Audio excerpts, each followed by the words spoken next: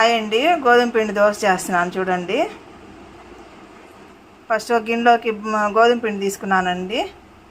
కొద్దిగా సోడా ఉప్పు వేసి పెట్టుకున్నాను. ఇప్పుడు ఎర్రగడ్డ వేస్తాను. ఎర్రగడ్డ ఒక పెద్దది సైజు ఎర్రగడ్డ తీసుకున్నానండి. దాన్ని సన్న ముక్కలుగా కట్ చేసి వేసుకుంటున్నాను.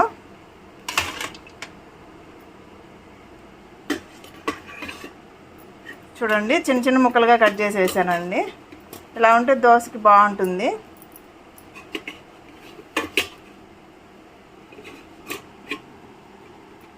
పచ్చిమిరపకాయ ఉప్పు మిక్సీకి వేసి పెట్టుకున్నానండి. కచ్చా పచ్చాగా వేసుకోవాలి. ఇలాగా చూడండి, కచ్చా పచ్చాగా వేసుకున్నాను. పచ్చిమిరపకాయ ఉప్పు రెండు కలిపి వేసానండి మిక్సీకి. కచ్చా పచ్చాగా వేసుకున్నాను. దీన్ని వేస్తున్నాను చూడండి.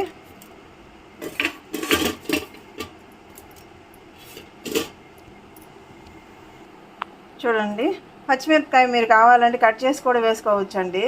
కట్ చేసి వేస్తే ఎక్కువ తినరు కదా, తీసేస్తారేమోననేసి నేను ఇట్లా వేస్తాను. అన్నిటిలోనూ పచ్చిమిరపకాయ కారం వేసేస్తాను, పచ్చికారము. ఇట్లా వేస్తే బాగుంటుంది, తినేస్తారు కదా తెలియకుండా, అందుకనేసి. ఓకే, చూడండి, నేను చేత్తోనే కలిపేస్తున్నాను అన్నీ.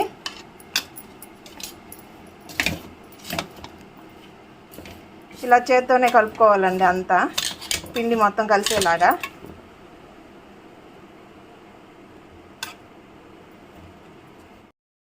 చూడండి, పిండి బాగా కలుపుకున్నాను. ఎర్రగడ్డ పచ్చిమిరపకాయ కారం అంతా వేసాను కదా, కలిపేసాను. ఇప్పుడు వాటర్ వేసి కలుపుకోవాలండి. నీళ్ళు వేసుకొని కలుపుకుంటున్నాను. చేత్తోనే కలుపుకోండి, గెంటితో అయితే పెద్దగా కలవదు, అంత ఉంటలు ఉంటలుగా ఉంటుంది. అందుకని చేత్తోనే కలుపుతున్నాను. చూడండి, ఇలా కలుపుకోండి.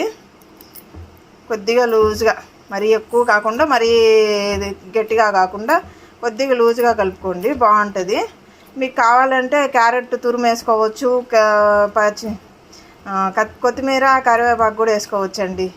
దాన్ని కూడా సన్నగా తరిగేసి వేసుకోవచ్చు, బాగుంటుంది, చాలా బాగుంటుంది. నేను పాప తిందని కొత్తిమీర కరివేపాకు వేయలేదండి. ఆ పాప తిందు, అందుకనేసి వేయలేదు. పిల్లల కోసం ఇంక మనం చేయాలి కదండి, అందుకనేసి వేయలేదు. ఒక 5 minutes అట్లా నాననివ్వండి. నానితే బాగా వస్తుంది దోశ. చూడండి, మూత పెట్టుకున్నాను కదా, తీసాను. 5 minutes అయిపోయింది. ఇప్పుడు దోశ వేస్తానండి. స్టవ్ వెలిగించి స్టవ్ పైన పెనం పెట్టుకున్నాను. బాండి అనేసి బాండి అని వస్తుంది. పెనం పెట్టానండి, దోశ పెనము.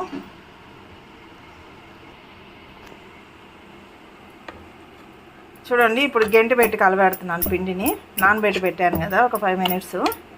గెంటి పెట్టి కలుపుకుంటున్నాను బాగా. చూడండి, తెలుసు, కామెంట్ సెక్షన్లో కామెంట్ చేయండి. ఇంకా ఇడ్లీ దోశ అలా కాకుండా ఒకసారి ఇలా ట్రై చేసి చూడండి. పెనం వేడయిందండి. ఇప్పుడు దోశ వేస్తున్నాను. చూడండి, పెనం వేడైంది. ఫస్ట్ ఆయిల్ వేసుకోండి, లేకపోతే అంటుకునే వస్తుంది. గోధుమ పిండి కదా, అంటుకునే వస్తుంది ఆయిల్ వేయకపోతే.